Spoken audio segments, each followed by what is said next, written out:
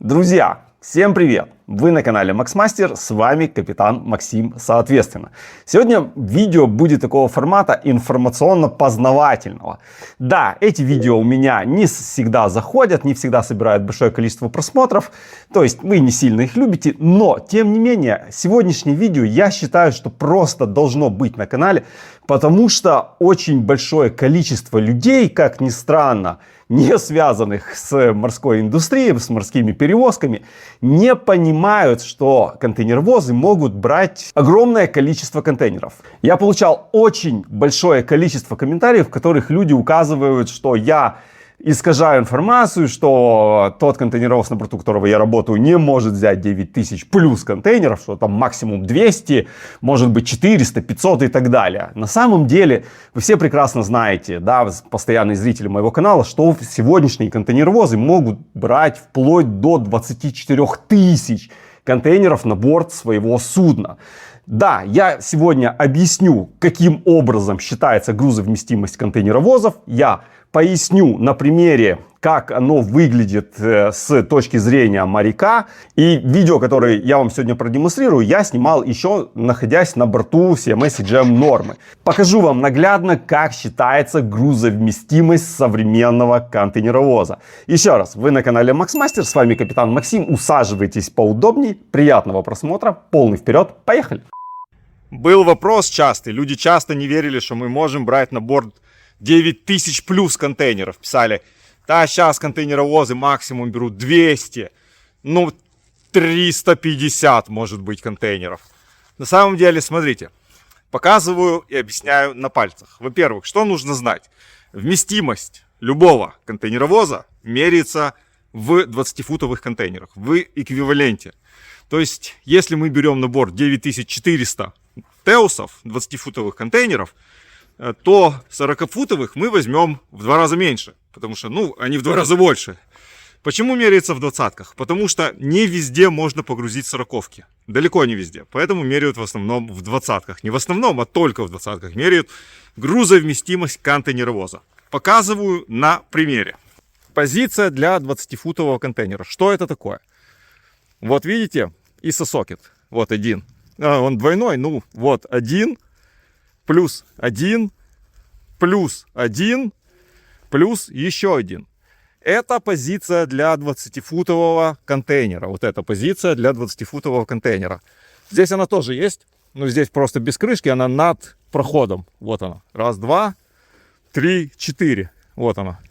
Теперь меряем, сколько их в ширину контейнеровоза. То есть вот позиция одна. Вот позиция еще одна. И идем дальше. Они пронумерованы. Вот 11. Но они...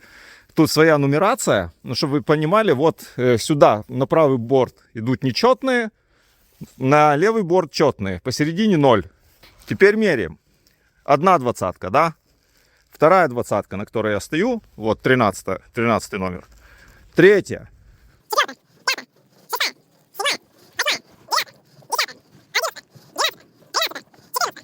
15-я, 16-я, 17-я. Ой, блин, ветер поднялся.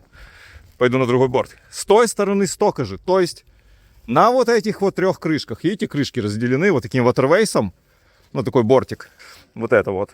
Это разделение трюмной крышки. То есть одна крышка, вторая, третья. 17 здесь, 17 там.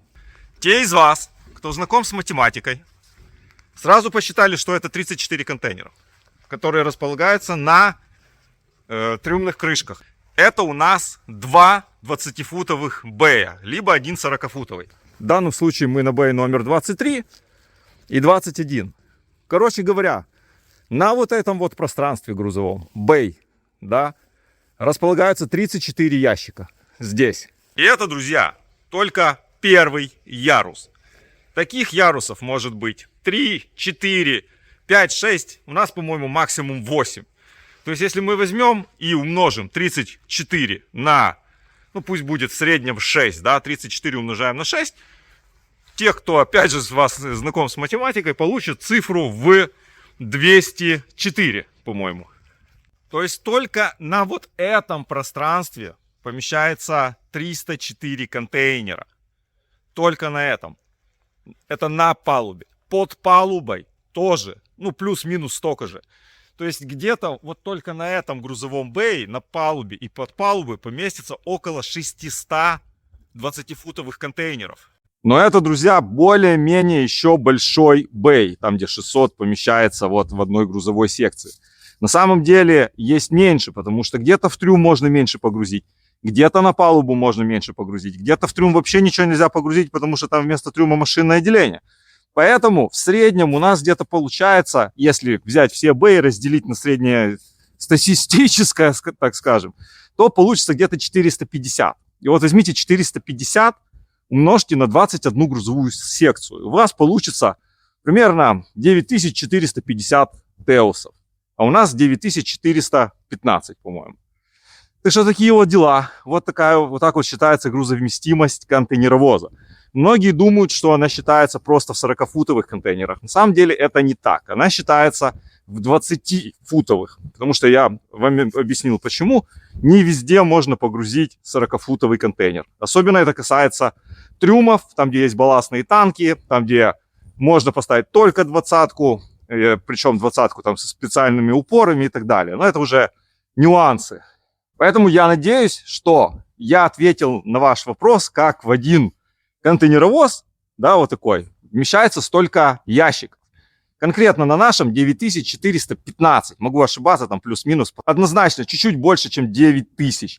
На сегодняшний день, включая нашу компанию, там, где я работаю, есть контейнеровозы, которые вмещают в себя 24 тысячи плюс 20-футовых контейнеров. Ну, фактически 40-футовых это будет в 2 раза меньше. Но даже если взять пример нашего судна, то оно грузится по-разному, да, есть, ну, микс-контейнеры, есть 20-ки, есть 40-ки, есть 45-футовые, ну, 45-футовые тоже специфический груз, их не так много, как 40-футовых контейнеров. Самые популярные, это, да, это 40-ки, потому что даже если взять по цене, если вы платите за 20-ку, ну, условно, $2000 за перевозку, 2500, ну, 2500 возьмем, да, условно, то за 40-ку вы заплатите 3. И выгоднее с кем-то скооперироваться, даже заказать 40-футовый контейнер, и вам его доставят. Но это уже вопрос к логистам. Я, честно говоря, ценами не интересуюсь, потому что, ну, мне не за это платят. Мне платят за то, чтобы я доставил безопасно. Мы доставили безопасно груз из точки А в точку Б. Все. У вас, кстати, может возникнуть логичный вопрос. Как судно, вот наше, да, 9400 контейнеров, теусов вмещает, оно в длину 350 метров. На сегодняшний момент самое длинное, которое есть, это 400 метров, грубо говоря. 399-90 сантиметров. Вот. Всего на 50 метров длиннее. Ширина, тут важна ширина теперь. И осадка, на которую судно может погрузиться под воду. Наше судно в ширину 43 метра. Есть суда сейчас в ширину, которые вот эти вот мега-контейнеровозы, они называются Ultra Large Container Ship.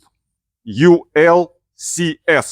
Не ULCC, как танкера, да, а ULCS, Ultra Large Container Ship.